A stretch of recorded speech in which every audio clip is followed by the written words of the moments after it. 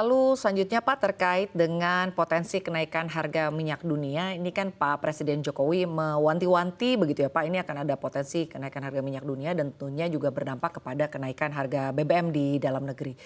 Nah artinya akan ada juga pergeseran begitu ya Pak, konsumen Pertamax ke Pertalite dengan adanya disparitas harga yang kalau kita lihat memang cukup jauh begitu Pak harganya.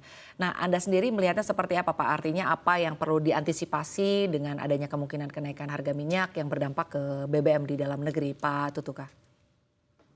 Iya, yang pertama adalah perkembangan terakhir ya di Hamas dan Israel.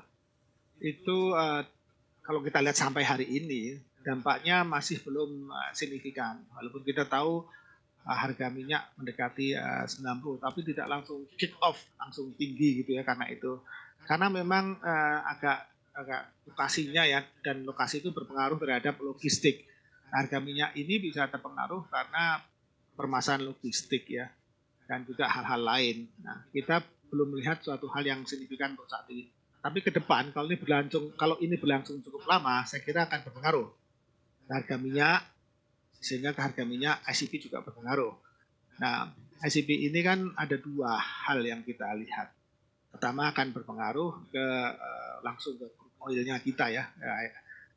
Harga minyaknya akan berpengaruh langsung ke harga crude oil kita. Tapi juga akan berpengaruh ke harga fuel kita. Kita ini sebetulnya kan import dua-duanya, import crude oil dan import BBM. Nah, jumlahnya kalau dalam presentasi kan presentasi import crude oil terhadap jumlah minyak mentah yang dimasukkan ke kilang di Indonesia itu kurang lebih sama dengan presentasi import terhadap jumlah produk BBM yang disediakan dari kilang kita.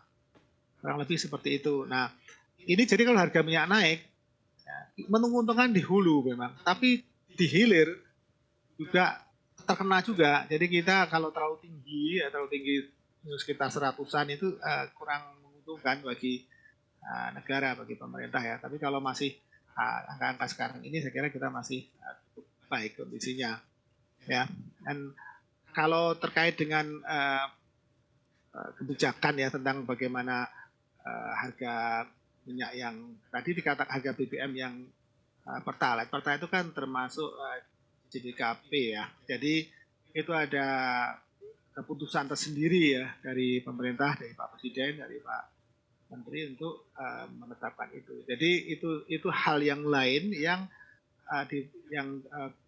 dipergunakan atau ditujukan untuk membantu masyarakat sehingga tetap stabil perekonomian. Jadi satu hal yang berbeda.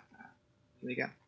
Baik Pak, lalu terkait dengan upaya begitu ya Pak untuk mengantisipasi dan juga meminimalisir artinya migrasi ya Pak dari pola konsumsi ini seperti apa Pak Ditjen Migas melihat? Jadi yang pertama, kita harus tetap menyatakan bahwa BBM subsidi itu untuk rakyat yang memerlukan. Ya, kita himbau bahwa pertama kita himbau bahwa Pertalite itu untuk masyarakat yang memerlukan, artinya masyarakat yang membutuhkan dan eligible itu. Jadi kalau yang berada, yang beruntung itu janganlah menggunakan BBM bersubsidi karena itu bukan peruntukannya, ya bukan untuk masyarakat yang lain. Jadi pertama itu kita melakukan itu dan kemudian kita juga mendorong adanya tetap dilakukannya revisi Perpres 191 ya supaya bisa dilaksanakan. Nah, dan ini akan membuat kondisi yang lebih tepat ya, lebih tepat sasaran untuk BBM yang bersubsidi. Baik Pak, terkait dengan rencana pemerintah untuk menerbitkan Perpres terkait skema KPBU ya Pak untuk bisa pembangunan Jargas, ini nantinya yang akan diatur dalam Perpres tersebut apa saja Pak? Mungkin poin-poinnya boleh dijelaskan Pak. Ya, satu poin besar yang pertama bahwa sudah ada aturan Perpresnya ya, dalam Perpres sudah ada. Namun dalam Perpres tersebut itu belum memasukkan Jargas KPBU. KPBU apa itu? KPBU itu kerjasama pemerintah badan usaha. Yang ada saat ini pemerintah atau badan usaha. Nah ini ada satu hal yang kombinasi yang baru pemerintah dan badan usaha. Itu yang paling utama. Jadi secara legalitas Satgas KPBU dapat diterapkan. Jadi artinya ini sebuah landasan hukum. Nah, kenapa harus KPBU? Karena skalanya ada skala besar. Nah, saat ini pemerintah total selama sekian tahun itu sekitar 800-an ribu usaha rumah tangga, ya. Jadi masih kecil, dan dengan Satgas KPBU ini kita harapkan sekali untuk bisa berapa kali lipat lah dari saat ini. Gitu. Nah, jadi kita targetkan ratusan ribu, sampai mendekati tinggi lah gitu ya untuk setiap tahunnya, sehingga bisa target yang diharapkan itu tidak jauh untuk bisa dikejar gitu. Jadi akan peningkatan yang sangat signifikan ke depan. Untuk itu diperlukan biaya yang besar, dan kita buka bersama ya, pemerintah dan badan usaha. Itu yang pertama.